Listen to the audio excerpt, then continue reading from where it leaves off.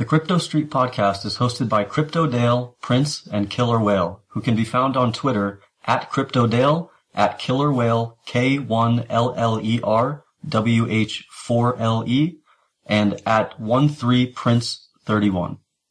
None of this should be construed as investment advice. For information on how to join our private Telegram group, The Pod, please email tcsp@protonmail.com. The Crypto Street Podcasts are officially sponsored by 21 Cryptos, the world's first and only cryptocurrency trading magazine. Visit 21cryptos.com and enjoy 50-plus pages of pro tips and predictions, an analysis of the best 21 coins to invest in for the month, trading lessons and articles from your favorite pros, price action event calendars, entertainment, and lots more. Stay ahead of the game and get your copy today. Visit 21cryptos.com.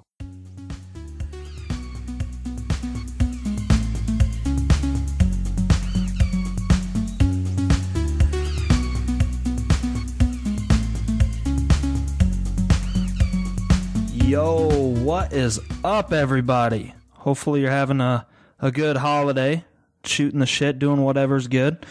Thanks for tuning in to another fantastic episode of Crypto Street Podcast. We have got one of the dopest guests out there, the biggest OG of OGs. We'll get to him in 1 second, but as always, my name's Crypto Dale. I'm joined with my favorite dude from LA, my man Killer Whale. Coming in hot. How's everybody doing? The only person that I like in Canada, Prince. Hey, guys. So the guy we have today is started in crypto in, 2012, I think I read? Sicarious is our guest tonight. Hey, and I want to go on record and say, Sicarious, you, from people I've been talking to, you have been the most requested guest for us to get. Yeah, I would second that. Well, I'm flattered. Thank you. I appreciate the opportunity to be on and talk to you guys. It's a good show. So let's just dive right in. You said you got in crypto December 2013. What was it that made you, what brought it to your attention and maybe you thought, oh, let's take a stab here and maybe get in? Yeah, so I really stumbled into crypto by accident. I was just out of college, got my first job, just a nondescript office assistant job. And when I started, my boss went on a business trip for 2 weeks. And they handed me a book of the history of the company and said, okay, read this. Well, I did that in 2 hours. And you know, when you're that new at a job, it's like, you don't know enough to make your own work. So I just started surfing the internet for 2 weeks, 8 hours a day. And I started looking into trading stocks, made an, I think it was E-Trade account, loaded it with $500, very quickly got, penny and dime to buy their $5 trade fees. And started looking at Forex, decided that looked way the hell too complicated. And then I got an ad from a ClickBank Forex trading bot, and it was talking about making 10,000% returns on Bitcoin this year. So I downloaded the bot, did like the free trial. It was shit. But that got me into Bitcoin. And so I got onto our Reddit, our Bitcoin, started reading about it. You know, at the time, so it was late 2013, Bitcoin had, I don't know what it was, what the low was that year, but it was under 100, I think. And Bitcoin was pushing up around $1,000 and everyone was talking about 10,000 this year. So I bought in at $1,050, I think. I'd never been interested in trading or finance earlier. So it really was nothing but FOMOing the top is what got me in. I think we've all been there, that's for sure. It's funny, too, you say that you read the book for your new job and then you had downtime, because that's essentially how I found out about crypto, too, was, you know, I was given all these policies to read, and maybe in the first week I had them all read, and you can only really read them so much before you want to blow your brains out. So I was just cruising the web and kept seeing this thing called Bitcoin, and was just like, you know, what's this? And I remember hearing about it back when it crashed and what like that. So that's pretty interesting to me, I think. So, you know, everyone talks. When I ran across it in 2013, I recalled reading an article when the Silk Road got taken down, and I think Bitcoin crashed to like $60. But when I was reading the article at the time, I was just reading about it because it was about, the underworld and drug lords and that sort of thing. And it mentioned Bitcoin, and I didn't look into it. But at the end of 2013, when I finally ran across it again, then I thought back to that point. So in these past couple of years that you've been in, what are some common trends that you see that maybe could help the non-expert or person, maybe the new person? What would be some common trends that they could look for that, everyone is talking about alt season coming up, maybe? What's your kind of take on the trends and I'll touch on your alt season opinion, so to say? Yeah, so I talked about this a little while ago on Twitter, but it's just how the money trickles down in crypto. And my own history in crypto is a mirror of this also. I got into Bitcoin expecting to get rich on Bitcoin. And China banned Bitcoin like 3 days after I bought in. And so we went from $1,000 down to $500 overnight. So I quickly realized I couldn't even panic sell actually because my buy was still pending on Coinbase. But anyway, so before too long, I realized I wasn't going to get rich overnight on Bitcoin, at least at this point, because it was, trending down. Mm-hmm. And before too long, I was on Cryptsy, buying altcoins. And with this last kind of uptick in alts we saw, Bitcoin hit at least the peak hype cycle that I'd seen it at, with the CME futures coming up. Everyone was talking about Bitcoin, CNBC, of course, and just people in my own life who had never talked about Bitcoin were starting to hear about it on the news, in the newspapers. And we saw record buying volume and account creation volume on Coinbase. Well, before too long, say if Bitcoin started dipping down or just started going sideways, those new buyers, they start looking for something else. And what else is on Coinbase? You have Litecoin. Is Ethereum on Coinbase? Yeah. To be fair, I don't use Coinbase and haven't for like 3 years. So Litecoin and Ethereum. Well, then those started taking off. And then before long, after those two, then we saw like Ripple and Monroe take off, and just how the money flows into Bitcoin and then just trickles its way down into the large caps and the mid caps and then eventually the small caps. And that's really helpful because if you miss, let's say you didn't long any margin long Bitcoin on the way up, or had too few Bitcoin on the way up, and or if you want to margin short, I got some really good shorts off on Bitcoin because I don't want to call a top on Bitcoin because that's historically pretty dangerous to do. Yeah. But when Litecoin started to take off, and then Ethereum started to take off, that was a very nice just reassurance, along with the fact that it didn't pump off a CME and that we were kind of at that 20K resistance level. So watching that money trickle down was a nice, like I said, reassurance that I could put in some shorts on Bitcoin and then buy those larger cap altcoins like Monroe or Ripple that hadn't started the move yet. It kind of saves you from chasing a pump if you can know what's next in line. Yeah, I think it's very interesting just how you actually got in, and I think you're one of several quote-unquote Twitter crypto OGs who we've spoken with who got in at or near the very first top in 2013 of Bitcoin. And I think it just goes to show, we've talked about this before, where having to learn that lesson about getting in at the top and having your investment go down and having to watch that and experience that and feel that and kind of have that be your intro to trading, I think that's actually a really good thing to happen in terms of your long-term investing and trading career. You kind of get that, ugly period out of the way. You internalize that terrible feeling, and it really affects your risk management going forward. Honestly, I don't know any good traders who haven't started off their trading careers by taking some pretty heavy losses, right? To me, that's almost like a par for the course. Like, you have to go through it. Yeah, absolutely. It's like an initiation.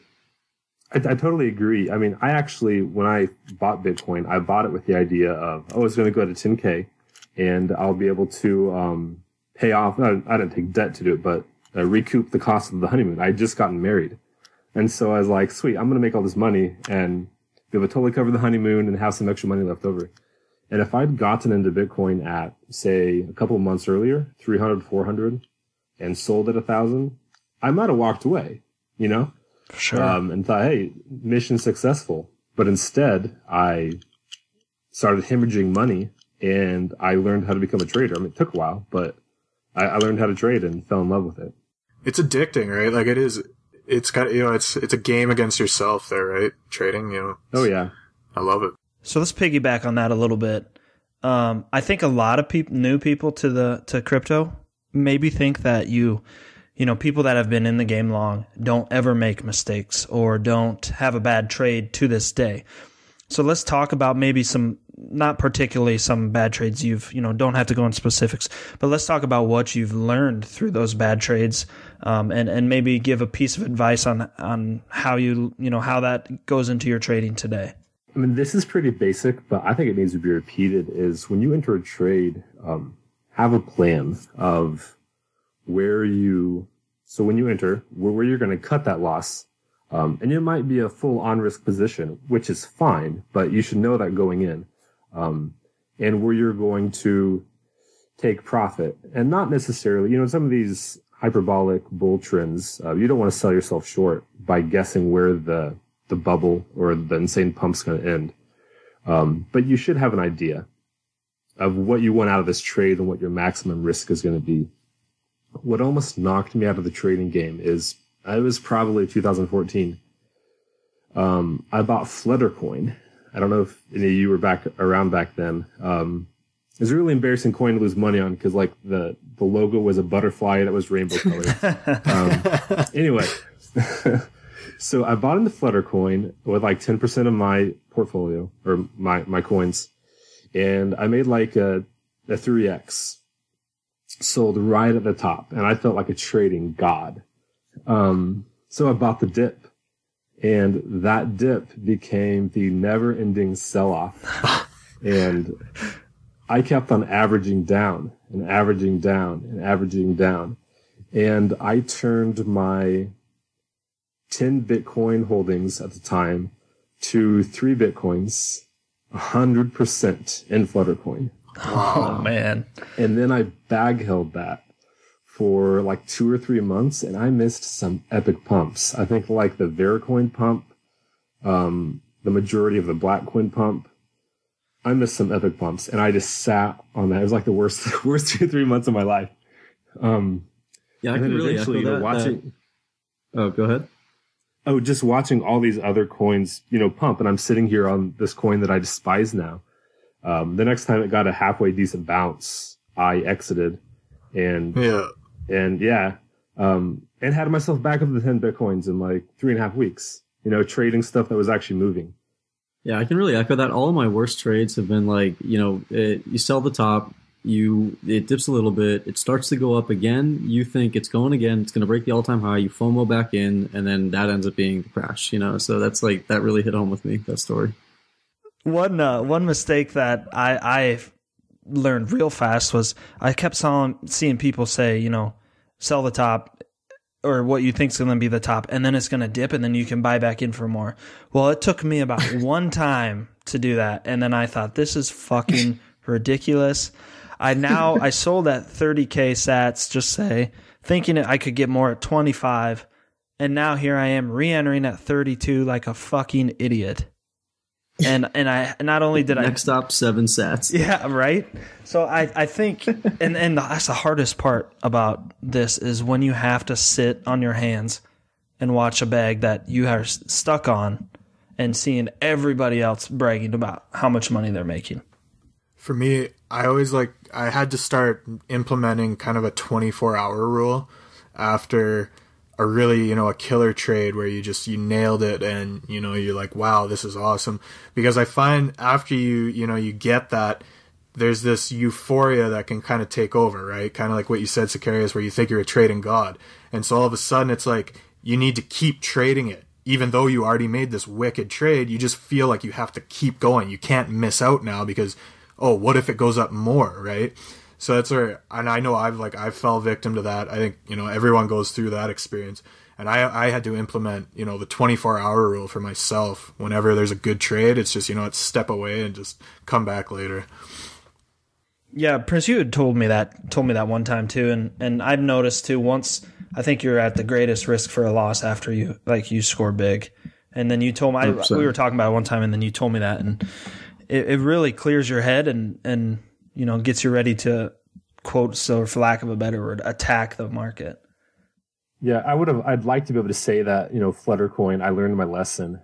Unfortunately, it seems like I'm kind of a slow learner sometimes, and I kind of learned half the lesson, and I need a couple more experiences for it to really get drilled into my head. I remember I first got introduced to margin trading on OK Casino using times 20 leverage. For wood chipper. And I started, I wish, I don't have a chart in front of me, but it was in, I think, 2014 or 15. Bitcoin had like a 50% run in a couple days during the downturn, but it's really solid bounce. And I started that day, and I put in like way too much money. I think it was like half my Bitcoins or something. And I longed, and I made like 3 Bitcoins. It was awesome. And I closed. And it dipped, and I all-in longed again. Made money, it closed. Dipped, I all-in longed again. I did this all day while I was supposed to be working at the office. So at the end of the day, like you said, I was euphoric. I called my brother up, and I was like, hey, man, I made $10,000 today margin trading Bitcoin. It's the best thing ever. You make Bitcoin with your Bitcoin. It's amazing. And he's like, wow, that's pretty cool. You seem pretty excited. You should probably take tomorrow off trading. I was like, oh, I am taking tomorrow off. I'm taking off of work so I can focus on margin trading all day. And I'm going to make so much more. So the next morning, calling sick, take a personal day, and I all-in long Bitcoin again.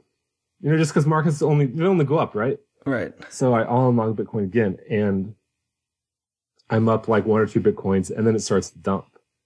And my position went from like plus 15% or whatever down to negative 75%. Oh, no. Wow. It bounced, and I was only down 10%, and I didn't close. Oh. Wow. Because I had to make money. Like you said, it was addicting. Yeah. And then my day ended at a margin call. Oh. And it was a large sum of money to me at the time, considering what my hourly wage was. I couldn't trade for 2 weeks. I feel absolutely ill to my stomach. Yeah. This makes me feel a lot better about some of the trading stuff I've done. Just terrible trades and like ill-advised days off, things like that. I think like we all have done some stupid shit. I learned far too many things the hard way. The nice thing is, though, crypto is really, in a way, it's really forgiving. Because there's so many opportunities. And I would say in traditional finance, traditional markets, some of the mistakes I've made, I should have been washed up and washed out long ago. But there's always that random times 25 pump that you weren't expecting on crypto that gets you back in the game. And actually lets you benefit from the lessons you've learned. Yeah, like the passive gains are so big. I mean, if you can just chill on some coins, it's like you're making up so much in the background that even if your trading is not good, you're still probably coming out net ahead. And it's like, talking about days off trading. I took a day off like probably 2 weeks ago or something to trade on BitMax. After like a really good day, I was like, oh, I'm leaving so much money on the table by not doing this. And then I proceeded to get absolutely wrecked that entire day. Like I had like one good trade in the morning, and the rest was just an absolute disaster. And it's not a good feeling. I'm gonna go on record and say you were super crabby that day. I remember that day like the back of my hand. I was pissed, bro. Oh, it's like, hey, what do you think about this? And you're just like, I don't fucking care. Fuck you. Yeah. Are you gonna sign up on my BitMax referral or not? Yeah, exactly. I need the ref fees now more than ever. But yeah, mexing is just a crazy addicting. Oh yeah. Oh, the 100 times leverage. Like that's disgusting. Oh my god. It's actually just disgusting. Like, it should be illegal. Yeah. If you're not signed up or not familiar, shoot me a DM and we'll get you signed up. I am signed up on BitMax. I tend to use OKCoin. Yeah, I like OKCoin. Just because I've used it for so long, but you know, I like the do contracts still use they got. BitMax. You know, every now and then I need that 100x margin. God, it's just so tempting. And then, like, even if you get completely wrecked and like you just liquidate your entire account, like you open up your Tracer again, you're like, what's 0.05 more? Yeah. Like, you know, maybe I turned it into 0.5 Bitcoin. You're just like, yeah, I'll send it over. Like, fast forward like 2 hours, it's completely gone. You're like, what's 0.02 more? You know, and just digging into those stash. Then you pull up your calculator and start doing the math, you know. Okay, 0.02 times 18,000 equals this. Okay, this is what I need to do. Well, that was me with my credit card on Coinbase back when I first got in, because I was playing around on BitMax all the time. And of course, you know, you come in like an idiot thinking you're smarter than everybody else and you're going to use 50 times leverage, you know, 100 times like a hero. And then you get liquidated on it all. You know, and so then you go back to Coinbase and you're like, all right, let's get some more from the credit card. Yep. Yeah. And exactly. Just a toxic spiral. Like, yeah. I think another new tradition is like you're on Poloniex somehow and you're like, all right, I'm going to find like the lowest bottom feeder here. Something that's just like 0.00008 cents, you know, like trading at fractions of a penny. And you're like, okay, I can buy 500 million of this coin. If it even goes to $1, I'm one of the richest people on the planet. I think everyone's been at this point and done this at one point or another on Polo. I know I've done it so many times, especially when you first start, because you're like, you're not working with much capital. So you're like, I'm just going to buy 100 billion of some coin and hope it goes to, you know, 3 cents. One of the first altcoin trades I made on Cryptsy was buying Cagecoin, which was short for Nicolas Cage coin, in case you don't know. At 1 Satoshi and placing my sell at 2 Satoshi, and by the time it would take like 2 weeks to clear that wall of cells, and I'd get my times too. And then I'd put my buy back at 1 Satoshi. It'd eventually get filled after a couple of days. Put it back at 2 sats. I thought I was a genius until one day there were no buys at 1 Satoshi. There were just sells at 1 Satoshi. And then I learned about Litoshi markets, where instead of being paired against Bitcoin, it gets downgraded to the Litecoin markets. So, oh man, yeah, another lesson learned the hard way. I mean, people say trading's a zero-sum game. In a way, it kind of is, but with crypto's unique case, because there's so much money flowing in, when you have the total market cap going up 1,000, 10,000% a year, that's why we keep on getting these great opportunities. Just out of the blue, because there's so much new money flowing in. There really aren't losers. As long as you sit on something, in my opinion, long enough, I think you could at least recoup most of it back. So let's Sicarious, let's go on and talk about, you mentioned stop losses earlier. There are some people that are big on stop losses, some people that are not. What's your take on that? Yeah, it depends on the market. I will say, you need to know your total risk for the position. Whether you establish that with a stop loss or just through having a full risk position and using an appropriate size for your buy-in, either one's fine, but you need to know your total risk for the position. I was really big into stop losses when I got into trading Forex. I mentioned I looked at Forex before Bitcoin, got into Bitcoin, and then in 2015, when crypto was pretty dead, I got back into Forex, or not back into, I got into Forex. I made a little money, but I learned a lot. That was really what I gained from that. And at Forex, I swore by stop losses. Crypto is a little different just because our markets are super illiquid, and half the stop losses on these exchanges don't work properly either. Right. So there are times when setting a stop loss is almost setting yourself up for failure, because whales will use the illiquid market to drop it and ping everyone out of their stops and then bounce it back. So there are some trades I use a stop loss on, and there are some I don't. But even for those I don't, I know what my risk is on the trade. let's talk a little bit on how you elaborate what your risk is. You don't have to go into specifics, but what do you take into consideration when calculating a risk on a trade? I mean, the biggest thing is just the liquidity of the market, and also I mentioned when you get into a position, you want to know either where you're going to exit or what you're going to exit on, whether it's news, whether it's a specific development, whether it's a price or volume. And so if there are some trades where I don't want my position size to be big enough that I can't dump it all at once and get out with minimal slippage. Maybe the chart was really good, but I hate the coin fundamentally. And it's not a coin I want to necessarily marry. Whereas there's other coins where I don't want to show my bags. But so Decred, I really like Decred. And I know the devs are working on private transactions for the later on into the year. So I know there's good fundamental catalysts coming. So I'm fine having a larger position in Decred than I would in maybe a different coin with the same amount of liquidity on the books, where I can't dump it all at once without getting horrible slippage. But I'm not really worried about that because I know if the TA of my position turns out that I read the chart wrong, I know there's this fundamental catalyst in my future that'll it'll bail me out basically. And then there's other coins that I really don't like, and I get in because the chart's good, but my position is probably not going to be as big because I want to stay nimble in that. I think the key is to stay humble. We all look at charts and decide what the best chances, where the best chances of the market going is.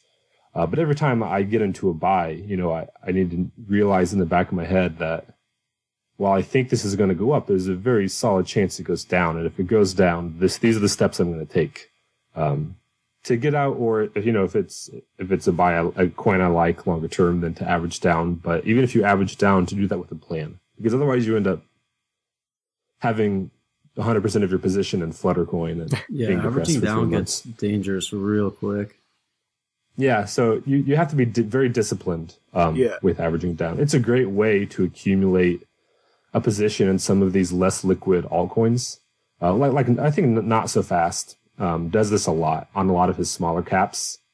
He finds a small cap with a good potential longer term.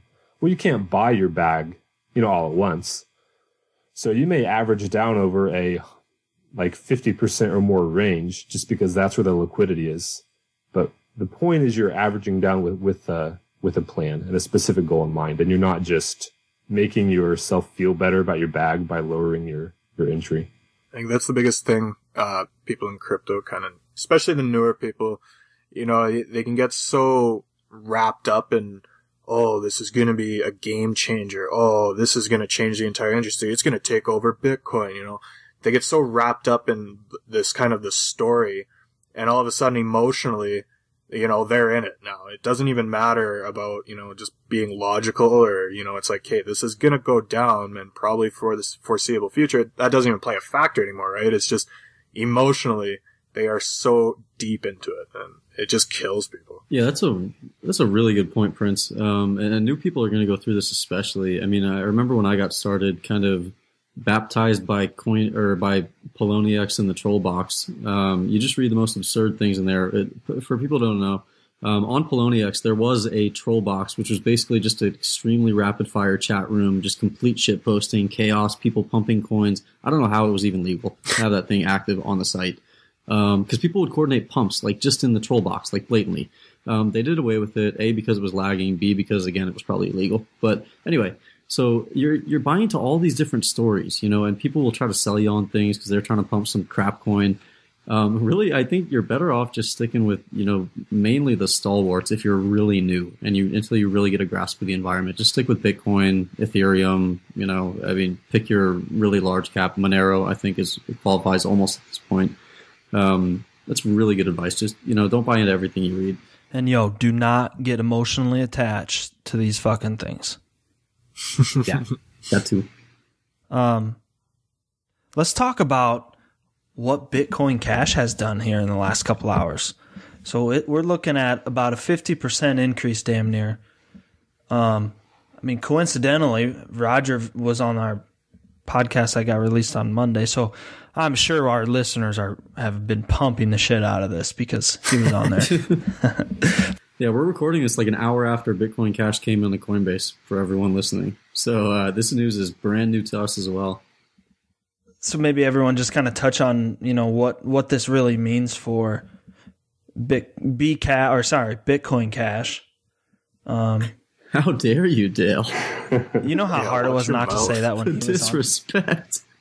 It's bad. You have more self-control than I would have had. Oh, I'm telling you, there are several times I'm thinking in my head, just say it, dude.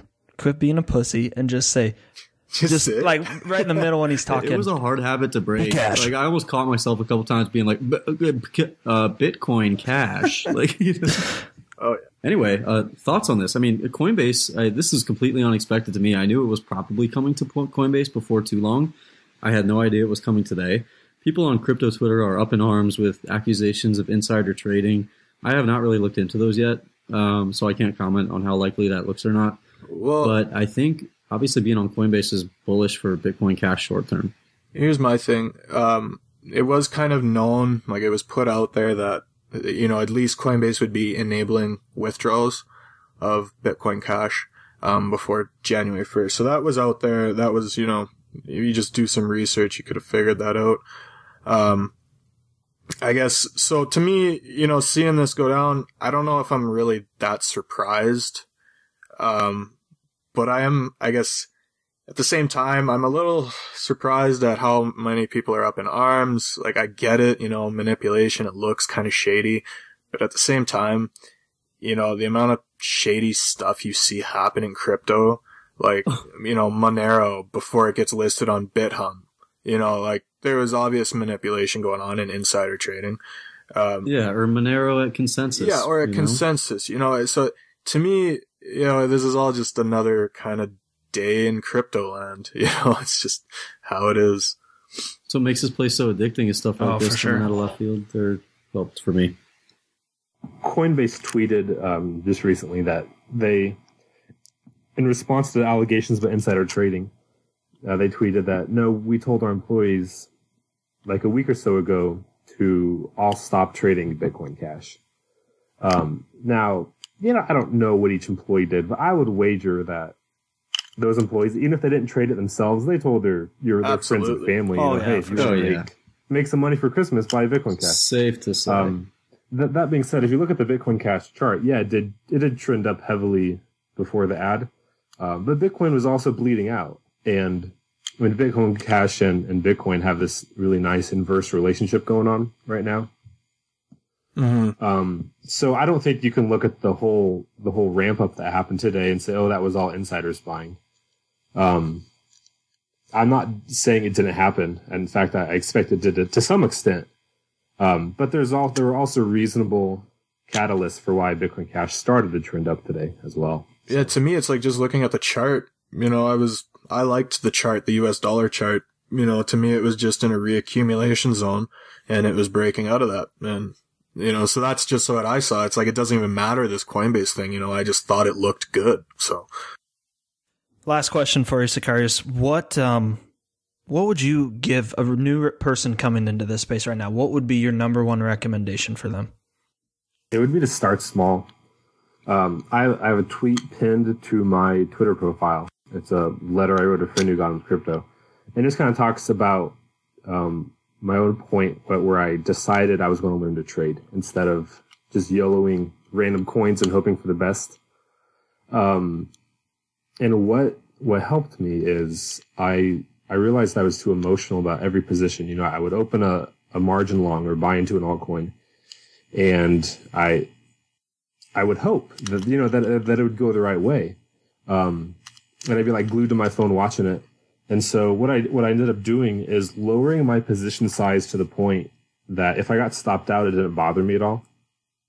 I felt nothing if I got stopped out. It used to be like my stops were, okay, this is going to save me enough Bitcoin that I can still have something to build up, but it's still like an emotionally gutting loss.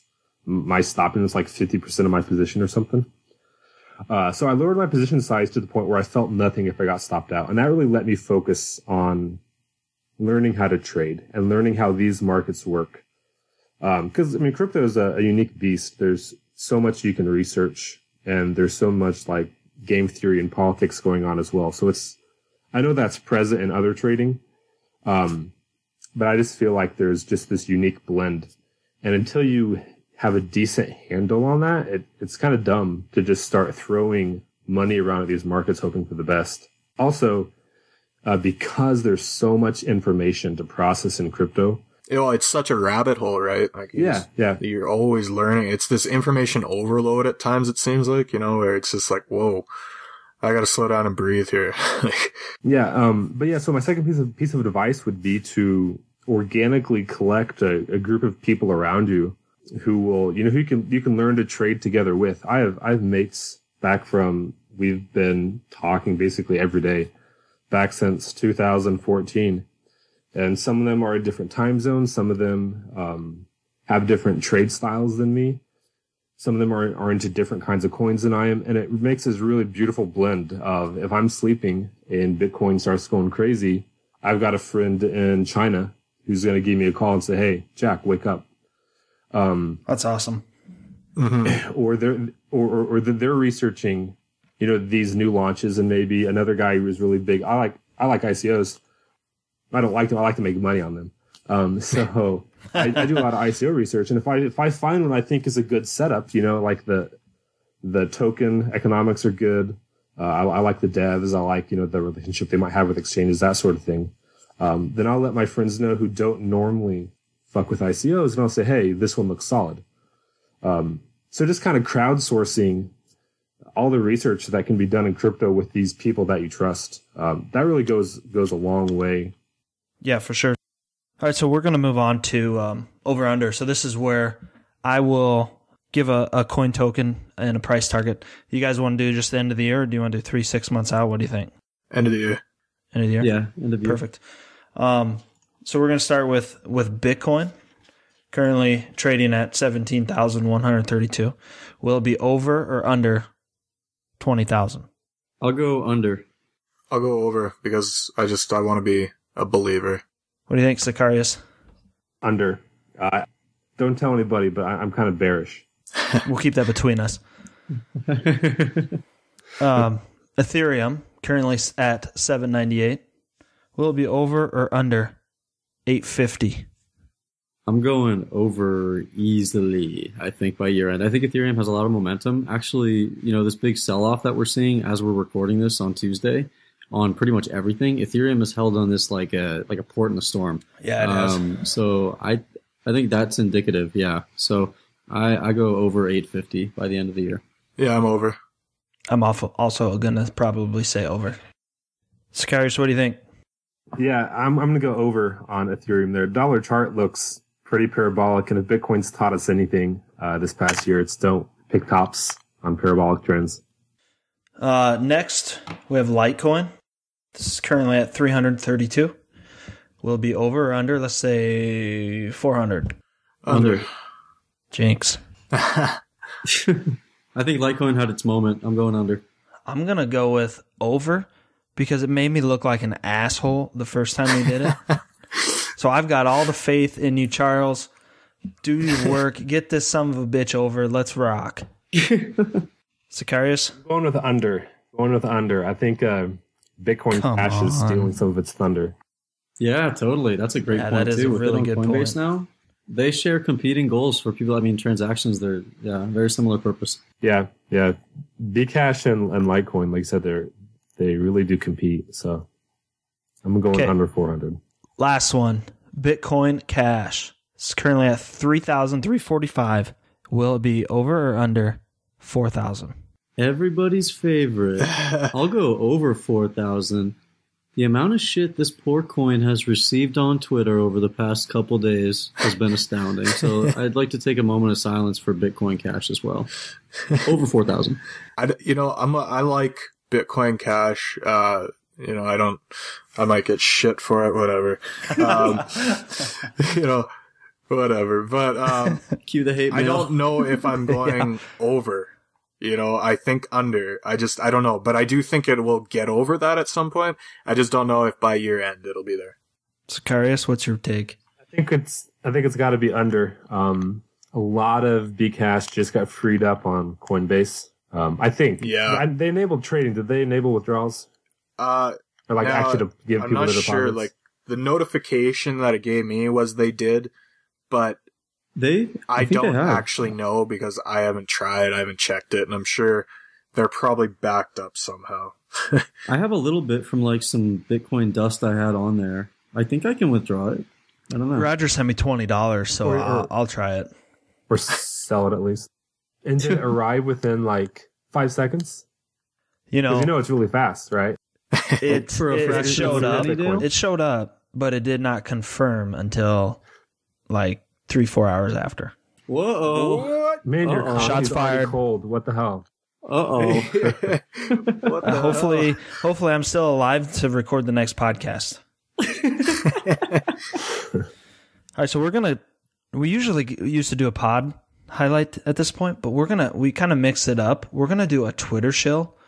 Someone that's not really well known that probably deserves more followers. Killer, you want to kick this off? Yeah, I got one. You guys are probably going to hear from these guys tomorrow on Wednesday this week, but give Ignite Ratings a follow. They are an upcoming project. I think they're having their ICO in January. Their pre-sale is going on right now.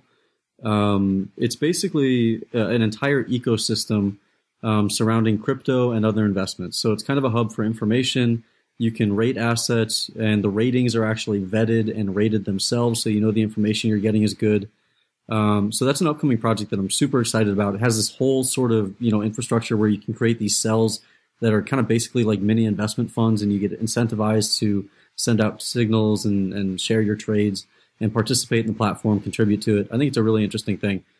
So Ignite Ratings on Twitter. Yo, I'm pretty excited. Pretty stoked about that also.